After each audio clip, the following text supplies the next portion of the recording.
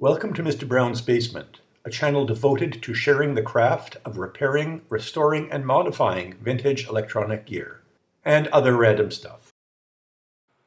Hello fellow TRS-80 Model 100 owners. In this video, I'll be showing you some maintenance you must do on your Model 100, 102, or 200, otherwise you risk it being irreparably damaged forever. First, let's start with the obvious. If you're not going to be using your Model 100 for a while, remove the batteries. Particularly if they're alkaline batteries, they will deteriorate whether they're used or not, and they will leak and damage the battery compartment. But what you may not be aware of is that there is another battery inside your Model 100 that keeps the memory powered when the computer is off. This nickel-cadmium rechargeable battery is not stable and will leak. Here's an example of the damage done by a leaking nickel-cadmium battery from an Apple IIc I recently repaired. Notice the fuzzy blue corrosion. The battery electrolyte is literally eating away the legs of the components and the circuit board traces. What I'm going to do is not especially difficult, but will probably take you a few hours. If it's beyond what you're comfortable with, now's the time to look for a technician who can do the work for you. Let's start by taking the Model 100 apart. You'll need a Phillips or Starhead screwdriver. Remove the four corner screws. The case will separate into two halves once you release the catches that hook the black plastic under the white. Do this gently with the small, flat blade screwdriver. On the right, you'll have the keyboard and display with the display driver chips. On the left, you'll have the motherboard. You will find the nickel-cadmium battery to the left of the ribbon cable that joins the two halves. If the battery has begun to deteriorate, avoid handling it with your fingers. Cadmium is toxic and a probable human carcinogen. Fortunately, it's not likely to be absorbed through your skin. Still, it's best to avoid direct contact. Next, locate the electrolytic capacitors. These are small cylindrical metal cans wrapped in black or blue plastic film. Some are large, like this one, but others are much, much smaller. They always have exactly two legs. There are about 16 of them, and they contain electrolyte, and while they rarely leak, they can do exactly the same damage as battery leakage. Here is a cluster of 3 electrolytic capacitors. The one on the left, C85, has begun to leak. Notice the dried up puddle and the corroded legs of diode D15. Here's what to look for: a crusty material underneath or surrounding the bottom of a capacitor, or green or blue fuzzy legs on a component nearby to an electrolytic capacitor. If you find even a single one that's got to this point, they all should be replaced. In this particular Model 100, about half were leaking.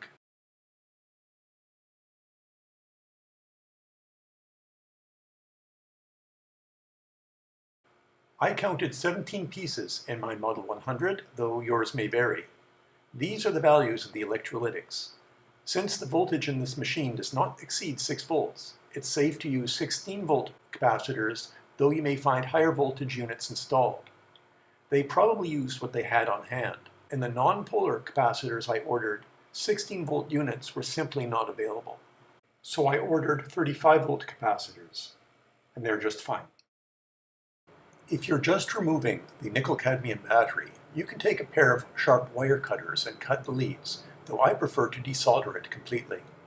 If you're going to be replacing the capacitors, then you have no choice but to remove the motherboard from the case. That means unplugging the display ribbon cable, LED cable, and 2 keyboard cables, the battery contacts from the battery compartment, and removing the 6 screws plus the one hiding in plain view.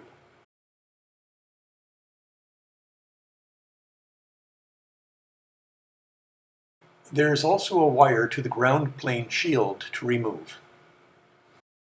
There are a number of techniques to remove components from a printed circuit board. They include a solder sucker, a power solder sucker or desoldering pump, flux, and solder wick, which is the one I will be demonstrating. Whichever you use, there's always the risk of damaging the pads and the traces due to excessive heat or force. First, clean off the area with 90% isopropyl and cotton swabs. This is especially important if there's any corrosion or electrolyte on the board. Remove all the dried up electrolyte. Apply a high-quality flux, for example Amtech, to the area you will be working on.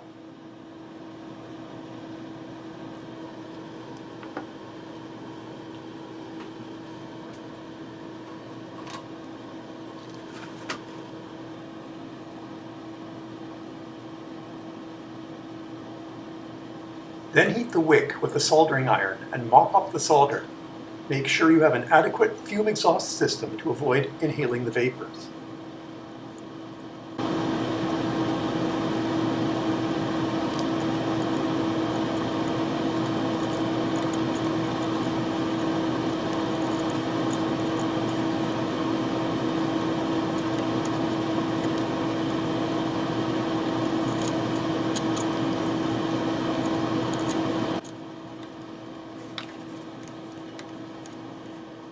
The component should fall out into your hands, ideally. Then clean up the flux using the alcohol and swabs.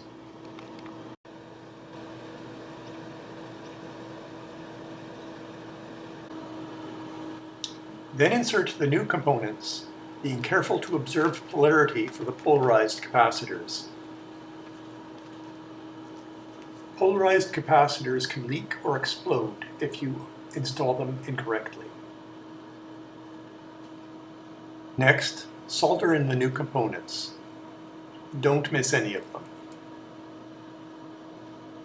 Finally, use a pair of edge cutters and cut off the excess wire.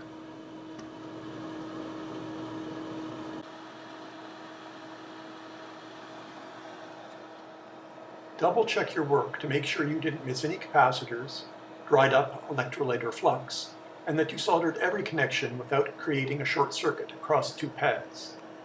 Then you're ready to put the machine back together.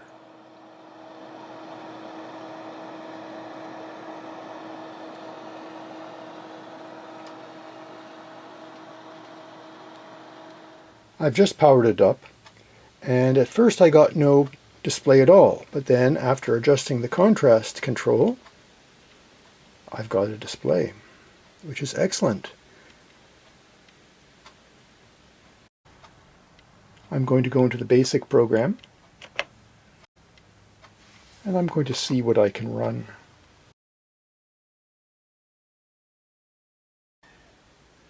What a coincidence.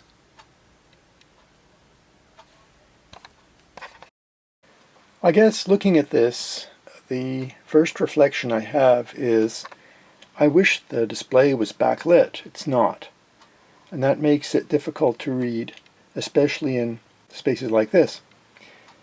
I'm also curious about the low battery light. What voltage does it actually kick in?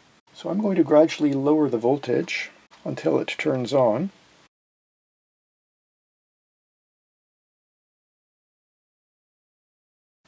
Okay, it's just come on at 4.2 volts.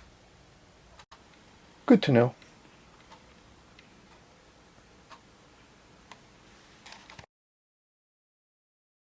This should protect and extend the life of your TRS-80 Model 100 so you can continue to enjoy it for many years to come. I hope you enjoyed this video. If you did, please consider giving me a thumbs up and subscribing to Mr. Brown's Basement for more interesting and unusual videos.